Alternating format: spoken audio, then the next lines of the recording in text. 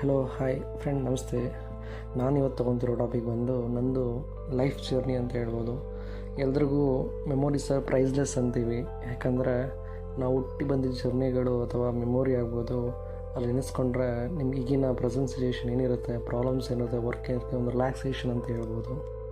ಮೊದಲೆಲ್ಲ ಮೆಮೊರೀಸ್ ಆಗ್ಬೋದು, ಅವ್ರು ನಡೆದಿರೋ ಘಟನೆಗಳನ್ನ ಬುಕ್ಕಲ್ಲಿ ಬರೀತಿದ್ರು, ಅಥವಾ ಒಂದು ಈಗಿನ ನಮಗೆ ಬುಕ್ಕಲ್ಲಿ ಬರಲಿಕ್ಕಾಗಲ್ಲ. ಅಟ್ಲೀಸ್ಟ್ ಅದನ್ನು ಆಡಿಯೋ ಅಥವಾ ಒಂದು ಯೂಟ್ಯೂಬಲ್ಲಿ ಅದನ್ನು ಶೇರ್ ಮಾಡ್ಕೊಬೋದು, ಅದನ್ನು ಕಾಪಾಡ್ಕೊಬೋದು, ಅದನ್ನು ರೆಕಾರ್ಡ್ ಮಾಡಿ ಇಟ್ಕೊಬೋದು. ಏನಾಗುತ್ತೆ ಅಂದರೆ ನಮ್ಮ ಮೆಮೊರೀಸ್ಗಳೆಲ್ಲ ಮರಿತಾ ಹೋಗುತ್ತೆ, ಏಜ್ ಆಗ್ತಾ ಎಲ್ಲ ಮರೆತು ಹೋಗುತ್ತೆ. ಬಟ್ ಅದನ್ನು ನಾವು ಅಟ್ಲೀಸ್ಟ್ ಅದನ್ನು ರೆಕಾರ್ಡ್ ಮಾಡಿ ಇಟ್ಕೊಂಡ್ರೆ ನಿಮ್ಮ ಲೈಫಿಗೆ ಅದೊಂದು ನೆನಪಾಗಿರುತ್ತೆ. ನಾನು ಬಂದು 95 ಕಿಡ್ ಅಂತ ಹೇಳ್ಬೋದು. ಇಲ್ಲಿಗೆ ನನಗೆ 29 ವರ್ಷ ಕಳೆದು ಒಂದಷ್ಟು ತಿಂಗಳುಗಳಾಗೋಗಿದೆ.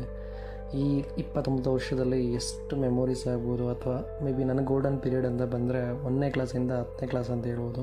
ಈ ಗೋಲ್ಡನ್ ಪೀರಿಯಡಲ್ಲಿ ಎಷ್ಟೆಲ್ಲ ಒಳ್ಳೆ ಮೆಮೊರೀಸ್ ಆಗಿದೆ, ಮುಂದಷ್ಟು ನೆಗೆಟಿವ್ ಮೆಮೊರೀಸ್ ಇರ್ಬೋದು. ಬಟ್ ಮೆಮೊರೀಸ್ ಆರ್ ಪ್ರೈಸ್ಲೆಸ್ ಅಂತ ಹೇಳ್ಬೋದು. ಅಂಗನವಾಡಿ ಲೈಫ್ ಆಗ್ಬೋದು, ಮತ್ತು ಪ್ರೈಮರಿ ಸ್ಕೂಲ್ ಲೈಫ್ ಆಗ್ಬೋದು, ಮಿಡಲ್ ಕ್ಲಾಸ್ ಲೈಫ್ ಆಗ್ಬೋದು, ಮತ್ತು ಹೈಸ್ಕೂಲ್ ಲೈಫ್ ಆಗ್ಬೋದು, ಮತ್ತು ಈಗಿನ ಪ್ರೆಸೆಂಟ್ ಸ್ಕೂಲ್ ಲೈಫ್ಗೂ ಎಷ್ಟೊಂದು ಡಿಫ್ರೆನ್ಸ್ ಇದೆ ಅನ್ನೋದು ಗೊತ್ತಾಗ್ತಾ ಹೋಗುತ್ತೆ. ನಮ್ಮ ಲೈಫ್ ಎಕ್ಸ್ಪೀರಿಯನ್ಸ್ನ ಹೇಳ್ತಾ ಹೋದರೆ ಬೇರೆಯವರಿಗೆ ಆಗಿನ ಸ್ಕೂಲ್ ಲೈಫ್ಗೂ ಈಗಿನ ಸ್ಕೂಲ್ ಲೈಫ್ಗೂ ಎಷ್ಟೊಂದು ಡಿಫ್ರೆನ್ಸ್ ಕಾಣುತ್ತೆ ಅಂತ ಗೊತ್ತಾಗುತ್ತೆ. ಮತ್ತು ಮೆಮೊರೀಸ್ಗಳು ಎಷ್ಟು ನಮ್ಮನ್ನು ಕಾಡುತ್ತೆ ಅಂತಲೂ ಗೊತ್ತಾಗುತ್ತೆ. ನಿಮ್ಮದು ಮೆಮೊರೀಸ್ಗಳು ಎಷ್ಟಿದೆ ಅಂತ ನಿಮಗೂ ಅರ್ಥ ಆಗ್ತಾ ಹೋಗುತ್ತೆ, ನಿಮಗೂ ನೆನಪಾಗ್ತಾ ಹೋಗುತ್ತೆ ಕೇಳ್ತಾ ಇದ್ದರೆ. ಇಫ್ನ ಒಂದಷ್ಟು ಸ್ವೀಟ್ ಜರ್ನಿ ಮೂಮೆಂಟ್ನ ಒಂದೊಂದು ಸಣ್ಣ ವಿಡಿಯೋ ಆಗಿ ಒಂದು ಹಾಕ್ತೀನಿ. ಅದೊಂದು ಸ್ವೀಟ್ ಮೆಮೊರೀಸ್ ಅಂತ ಹೇಳ್ಬೋದು. ನಿಮ್ಮದು ಟೈಮ್ ವೇಸ್ಟ್ ಮಾಡ್ಕೊಂಡು ಕೇಳಬೇಡಿ, just your free listen our memories.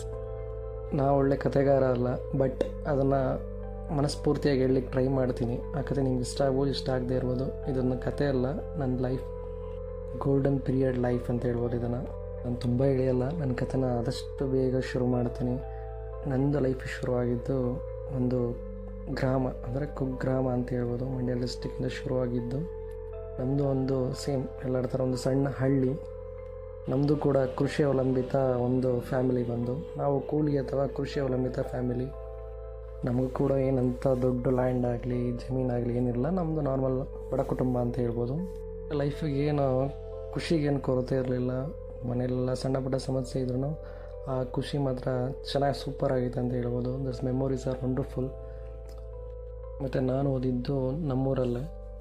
Primary ಅಥವಾ ಮಿಡಲ್ ಸ್ಕೂಲ್ ಅಂತೇಳಿ, ಮತ್ತು ಹೈಸ್ಕೂಲ್ ಬಂದು ನಮ್ಮೂರಿಂದ ಒಂದು 2 ಕಿಲೋಮೀಟರ್ಸ್ ಆಗುತ್ತೆ. ಅಲ್ಲಿಗೆ ಹೋಗ್ತಿದ್ದೆ ಹೈಸ್ಕೂಲ್ಗೆ.